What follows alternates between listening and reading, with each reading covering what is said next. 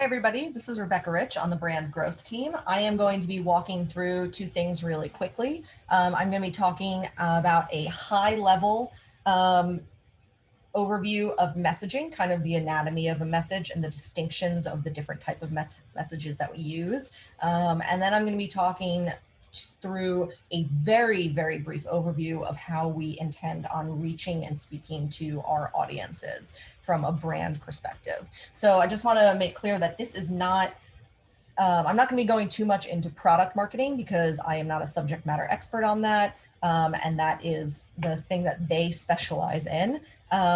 So I want to go quickly through an anatomy of a message. So the point that I would like to help get across with these slides is when we use the word message, sometimes it gets conflated with a few different things. So I want to go through, look at what make up a message, what the different types of messages are, and then a few distinctions along the way to help everybody understand when product marketing is talking about a message versus somebody that's on a brand awareness campaign talking about that campaign message. So the first thing I want to talk about is the anatomy of a message. So it is based on research, it ladders to brand foundation, it differentiates us in the market, and it speaks to our core audiences. So for us with the brand message, we always make sure that we are working in sync with our product marketing team so that the platform message and the brand message work together. For us with a brand message, the brand message we want to be in our tone of voice, and I will go through that in just a second, and we want it to be informed by our creative philosophy. That starts at the top.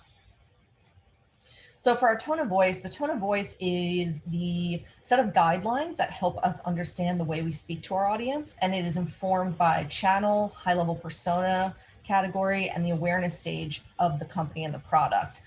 It is not the message, and it is not the final copy.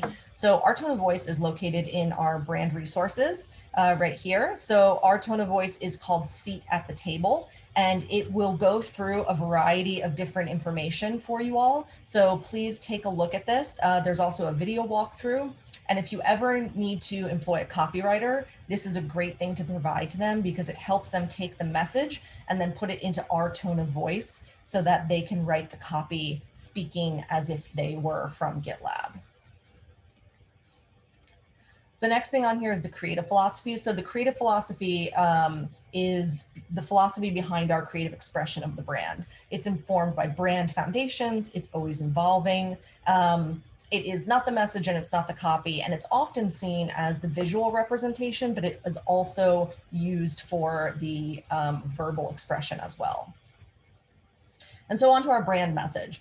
Brand message is tagline. It's based on brand research. So there are some things that the brand team looks at more specifically than a product marketing team. It's a phrase that we hope resonates with all of our core audiences. It tries to show the value of the brand, and it's used for brand awareness. So it's not the value of the product message, and it's not the campaign message. And it's definitely not meant for targeted awareness. So the product message, again, I won't speak to this too specifically, but the product message is not the brand tagline. It's not campaign messaging, and it's not campaign copy. And what I have up here, I have that it's needed badly. And that is because GitLab as a product, we want to make sure that we can express that value to prospects and continue to express the value to the customers that we have. So it's very important. Our GitLab platform message, this is how it's set up right now. So we have the brand message at the top of iterate faster, innovate together. Our tech message, which positions what the product can do, is the DevOps platform. And then our pillar messages position how the company and the product are unique. So we have efficiency, security, and velocity. And then finally, all of these things come down to a campaign message. So a campaign message is specific to that campaign. It's based on the goals, the target audience, a number of different things. But there is an important distinction to make here with campaign messaging, and that is that there's a difference between a targeted marketing campaign and a brand marketing campaign. And I just want to go through those differences quickly. So a targeted marketing campaign uses campaign messaging with the goal of advancing awareness of the product message and the value propositions of the product. So this would be the DevOps platform. It is targeted awareness.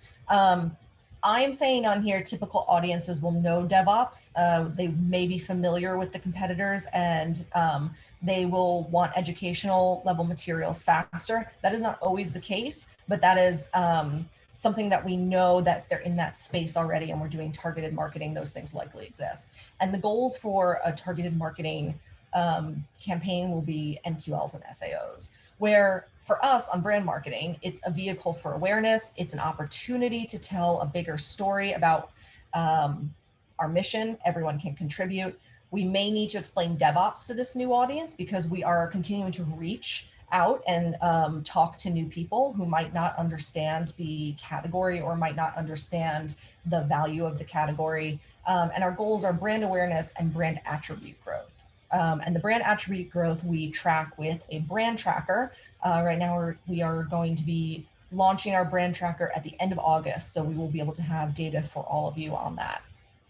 And once we do that campaign message, this is the architecture for how it's set up. So you have that brand campaign message at the top with a thematic message and our category and our values for the campaign.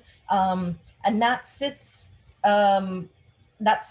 is something that is not going to change our product message and our brand message. So quickly, our roadmap for brand. This is how we're going to be aiming to speak to people. So we are starting at the core. We're putting the open core product at the center of the content journey. This allows us to connect with the warmest audience in an engaging way. The next is operational leaders. When I say invest in the middle, please don't be upset that I said you're in the middle. It's just for the sake of the visual and the circle. That's the next level out for us.